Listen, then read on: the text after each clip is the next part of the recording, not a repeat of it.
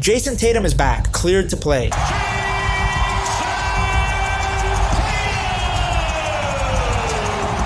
10 months after suffering one of the most brutal injuries in professional sports. So Tatum hobbling back to the locker room, obviously couldn't put any weight at all on the right foot. Jayson Tatum, you can see, distraught right now. As soon as we get an update, we'll pass it along.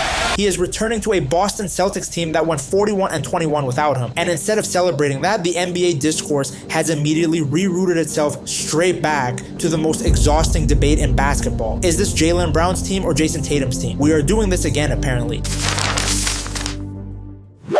Let us establish something before anything else. An Achilles tear is not a normal injury. It is not a sprained ankle or a sore knee that gets managed with rest and some extra treatment sessions. It is one of the most devastating things that can happen to a professional athlete's body, and the historical precedent for returning from it at the same level within a single season is not encouraging. Players have come back from Achilles tears, but doing it in 10 months at the level required to contribute meaningfully in an NBA playoff race goes against essentially everything we have seen from comparable cases. The fact that Jayson Tatum is medically cleared to return at all right now is remarkable. The fact that he is returning to a team with the second best net rating in the entire NBA, a team operating at a legitimate championship level without him, makes the whole thing even more extraordinary. Wrapped up by Smith and the basket's good. What a finish from Jayson. Action. He sprints to that hand back, which caused Potter to come up the floor, which opens up Maneuverability with the left. Right here, he's spinning.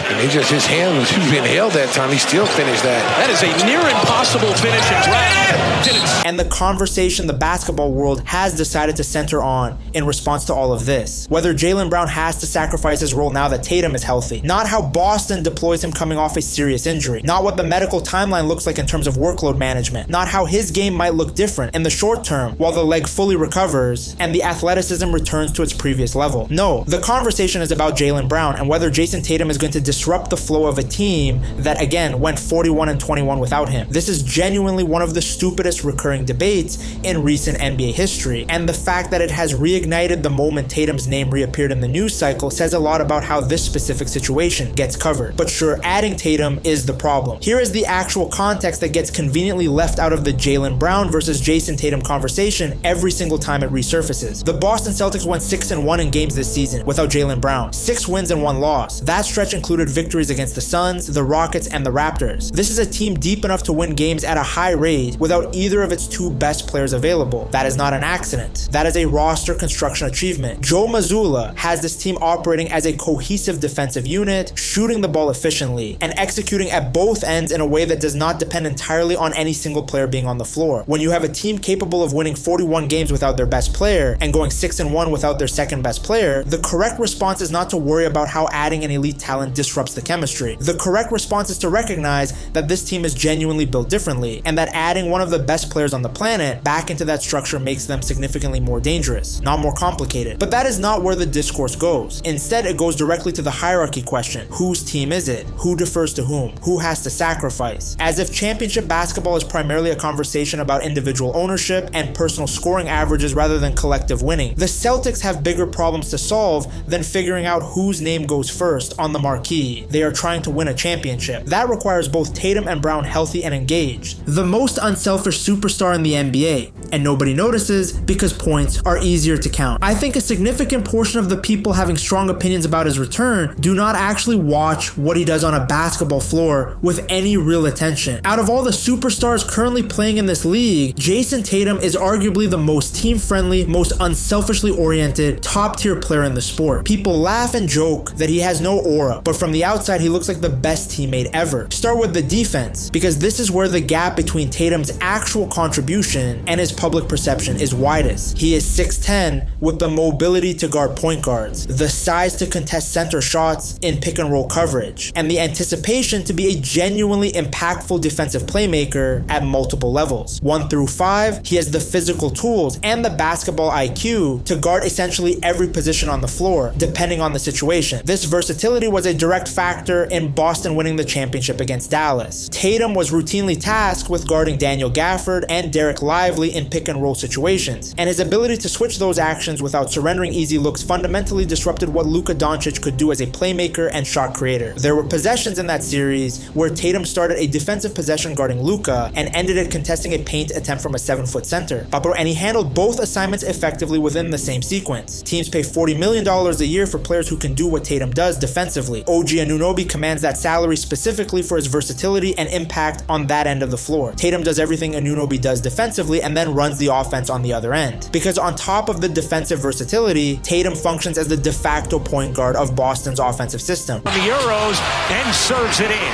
And watch, Jayson Tatum backs up a little bit to get some space. He hits him with the crossover, avoids Okoro coming over. Running pick and roll, finding open shooters off collapsing paint rotations, making decisions at the top of the key that require the kind of court vision typically associated with traditional ball handlers. At 6'10", as a wing who is also one of the primary scoring threats on the floor. That combination of responsibilities in a single player is genuinely unusual, and the fact that he handles all of it while maintaining the efficiency numbers he carries says something significant about how he approaches his role. The rebounding does not get discussed enough either. Over his last 3 playoff runs, Tatum has averaged 10.5 rebounds per game, double-digit rebounding in the playoffs as a wing, while also being responsible for organizing the offense and defending across multiple positions. At elite 3-point shooting, more on that in a moment, to all of that. And you have a player doing a staggering amount of work for a team's overall function that never fully shows up in a simple points per game conversation. The legitimate question surrounding Tatum's return is not about roster hierarchy or whether Jaylen Brown has to sacrifice shot attempts. The legitimate question is athletic, specifically whether a player recovering from an Achilles tear 10 months out will look like the same athlete who went down, and what that means for the parts of his game that depend most heavily on explosiveness and lateral quickness. These are real, valid concerns. An Achilles recovery is not linear. The strength comes back before the explosive instincts do. The movements that were automatic before the injury require conscious thought in the early stages of return. Players who come back from Achilles tears often look slightly hesitant in situations that previously required no hesitation at all. And that hesitation is not a mental failure. It is the body recalibrating after significant structural trauma. We will not know the full answer to this question until the playoffs, when the competition level rises and the defensive attention intensifies to a degree that regular season games cannot replicate. But here's what makes the concern somewhat less alarming in Tatum's specific case. The most durable and reliable part of his offensive game has always been his shooting, and shooting is the element of basketball least dependent on elite athleticism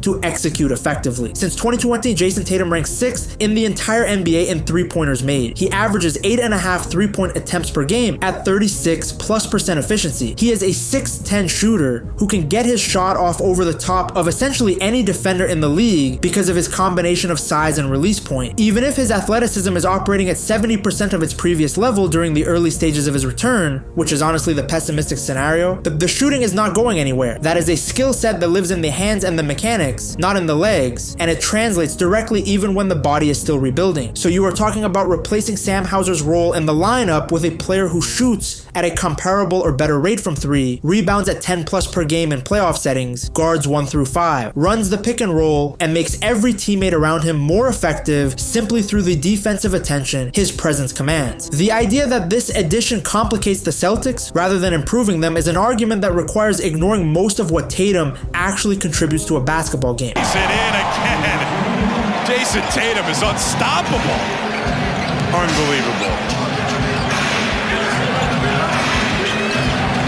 Let us talk about the Jaylen Brown sacrifice narrative specifically, because it keeps coming up, and the actual statistics make it significantly more complicated than the people advancing the narrative seem to realize. 3 field goal attempts per game. In that exact same window, Jayson Tatum has averaged 1 more field goal attempt per game than Brown. 1. These two players are essentially tied in shot volume over a multi-year sample, and they produce comparable turnover numbers alongside those shot attempts. This is the duo that the basketball conversation has decided represents a clear case of one player sacrificing for the other. As of right now, Jaylen Brown is leading the entire league in field goal attempts. Got it at the gun. Jaylen Brown can't miss. He's got 22. The Celtics by 15 at halftime. Presented by Hyundai Palisade. Ernie, Kenny, Charles Shack after these messages. More than Luka, more than Anthony Edwards, more than SGA, more than everyone currently playing basketball at this level. The person who is supposedly being forced to sacrifice his usage is currently taking more shots per game than any other player in the NBA. Brown has earned everything he has in this league. The Supermax contract, the championship, the Finals MVP. These are real achievements that reflect a genuinely excellent basketball player at the peak of his career, and nothing being said here is intended to undermine any of that. But the specific claim that he has spent his career in Jayson Tatum's shadow, sacrificing his own role for the betterment of someone else's legacy, simply does not align with the way these two players have actually shared the basketball. Over the years, they have been teammates. This is historically one of the better examples in recent NBA history of two high usage stars coexisting without either one genuinely subordinating himself to the other. They have both gotten the ball, both gotten their shots, both been compensated at the highest possible level, and they won a championship together doing exactly that. The sacrifice framing requires ignoring most of that to sustain itself. And here's the actual framing that makes the most sense for what is happening right now. Jayson Tatum returning from an Achilles injury to a championship caliber team is not a threat to Jaylen Brown's role. It is an opportunity for Jaylen Brown to compete for another championship with a healthier, more complete roster than the one that was managing without its best player. That is not a sacrifice. That is an upgrade in circumstances. There is one number that summarizes Jayson Tatum's overall impact on winning basketball more cleanly than almost any other statistic, and it almost never gets cited in conversations about whether he is worth the roster disruption his return supposedly creates. Since he entered the league, Jayson Tatum has the second best plus minus among all NBA players. Second best out of everyone who has played in this league over that span. The player on the floor makes his team better at a rate exceeded by essentially nobody currently active in the sport. This is the player that some portion of the basketball conversation has decided represents a complication for a team trying to win a championship. The player with the second best net impact on winning in the modern era is being framed as a potential disruption to a team that would clearly prefer to have him available. Add that player back into a roster with the second best net rating in the NBA. Put him alongside an excellent secondary star in Brown, a coach of the year candidate in Mazzulla, and a deep supporting cast capable of winning games without either of their top two options. The combination of all those pieces, with Tatum healthy and contributing across all the dimensions of his game that have always made him valuable, gives Boston as legitimate a claim to a championship as any team in the league outside of Oklahoma City. That is the actual conversation worth having about Jayson Tatum's return. Not whose name comes first, not who defers to whom, not whether Brown has to drop from first in field goal attempts to sixth. The conversation worth having is about a team that is already playing at a championship level, getting one of the best players alive back into its rotation with the playoffs approaching.